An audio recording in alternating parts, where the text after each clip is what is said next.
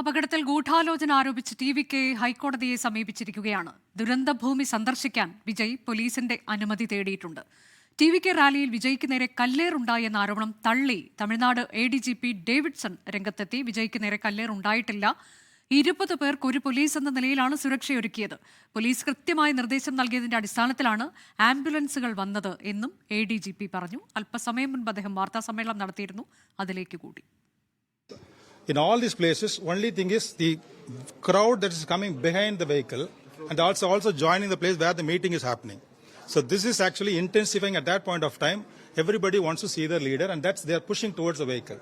We were able to bring the leader up to that point only because police was able to handle it. But what happened at that place is a subject for the examination by the commissioner. The case has been registered. The investigation will find out who are all involved in this. Okay? Right. ഞങ്ങളുടെ പ്രതിനിധി സൂരജ് സജിയാണ് വിശദാംശങ്ങളുമായി super 4 ചേരുന്നത്. സൂരജ്, ഇതിപ്പോൾ പ്രത്യാരോപണങ്ങളൊക്കെ വരുന്നുണ്ട്. നമുക്ക് അതിന്റെ വിശദാംശത്തിലേക്ക് വരാം. അതിന് മുൻപായി അല്പസമയം മുൻപാണ് ഒരു മരണം കൂടി സ്ഥിരീകരിച്ചത്. കവിൻ എന്ന 32 വയസ്സുകാരന്റെ മരണമാണ് സ്ഥിരീകരിച്ചത്. ഇന്നലെ പ്രാഥമിക ശുശ്രൂഷ നേടി വീട്ടിലേക്ക് പോയതാണ്, ഡിസ്ചാർജ് വാങ്ങി.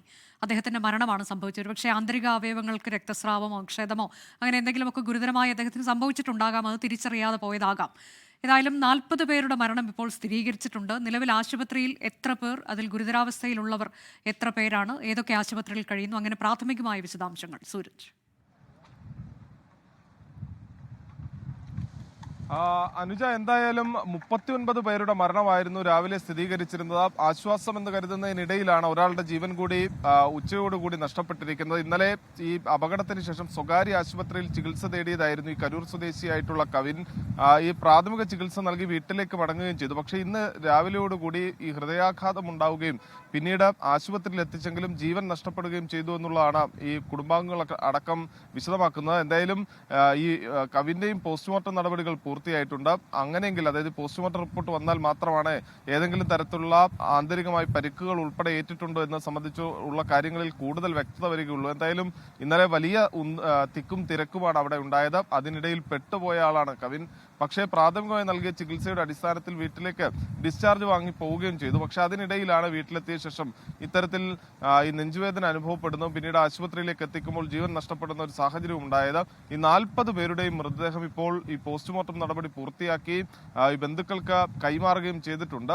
രാവിലെ മുതൽ തന്നെ, അതായത് 7 ഡോക്ടർമാർ നിരന്തരം പ്രയത്നിച്ചുകൊണ്ട് 7 റൗണ്ടുകളായിട്ട്, അതായത് 7 ടേബിളുകൾ ക്രമീകരിച്ചുകൊണ്ടായിരുന്നു ഈ പോസ്റ്റ്മോർട്ടം മുന്നോട്ട് കൊണ്ടുപോയത്. ഉച്ചയോടുകൂടി തന്നെ ഈ പോസ്റ്റ്മോർട്ടം എല്ലാം പൂർത്തീകരിക്കാൻ കഴിഞ്ഞു എന്നുള്ളത് ഈ ബന്ധുക്കളെ സംബന്ധിച്ച് ആശ്വാസകരമാണ്. പക്ഷേ ഈ ആശുപത്രിയുടെ ചുറ്റുമതിലിനകത്ത് അല്ലെങ്കിൽ ആശുപത്രി പരിസരമാകെ പക്ഷേ ഈ ബന്ധുക്കളെ കൊണ്ട് തന്നെ നിറഞ്ഞിരുന്നു. അതായത് ഇന്നലെ ഈ അപകടത്തിന് ശേഷം തന്നെ വിവിധ ആളുകൾ ഈ കാണാതായ ആളുകളെയും മറ്റുമൊക്കെ തിരഞ്ഞെത്തുന്ന ആളുകൾ ഉണ്ടായിരുന്നു. ഇന്നലെ രാത്രി വൈകിയുമൊക്കെ ഒത്തിരി ആളുകൾ ഈ തങ്ങളുടെ ഉറ്റവർക്ക് എന്ത് പറ്റിയെന്ന് പോലും അറിയാതെ തിരഞ്ഞ് ഈ മെഡിക്കൽ കോളേജിലേക്ക് എത്തുന്ന ഒരു സാഹചര്യം ഉണ്ടായിരുന്നു. പക്ഷേ ഇതിൽ ഇവർ തന്നെ അറിയാതെ, അതായത് പലപ്പോഴും വാർഡിലൊക്കെ ചെന്ന് തിരഞ്ഞപ്പോൾ കാണാത്ത ആളുകളെ തപ്പി പിന്നീട് ഈ മോർച്ചറിയിലൊക്കെ എത്തിയ സമയത്താണ് അവർ മരിച്ചു എന്ന വിവരം ഇതിൽ പലരും മനസ്സിലാക്കിയത്.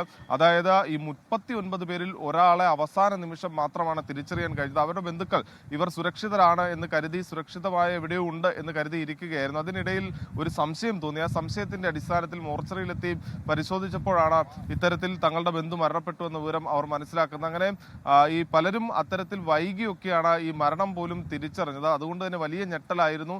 വികാര നിർഭരമായ നിമിഷങ്ങൾക്കായിരുന്നു ഈ ആശുപത്രി പരിസരം ആകെ സാക്ഷ്യം വഹിച്ചത്. എന്തായാലും മൃതദേഹം ഏറ്റുവാങ്ങി ബന്ധുമിത്രാദികൾ ഇവിടെ നിന്ന് മടങ്ങിയിട്ടുണ്ട്. പലരുടെയും സംസ്കാര ചടങ്ങുകളടക്കം നടക്കുകയും ചെയ്തിട്ടുണ്ട്. അനുജ, ലോകത്തെവിടെയായാലും ഏത് സമയത്തും 24 വാർത്തകളും ഓഗ്മെന്റഡ് റിയാലിറ്റി പാക്കേജുകളും എക്സ്പ്ലെയിനറുകളും വിശദമായി കാണാൻ ഞങ്ങളുടെ യൂട്യൂബ് ചാനൽ നിങ്ങൾക്ക് സബ്സ്ക്രൈബ് ചെയ്യാം.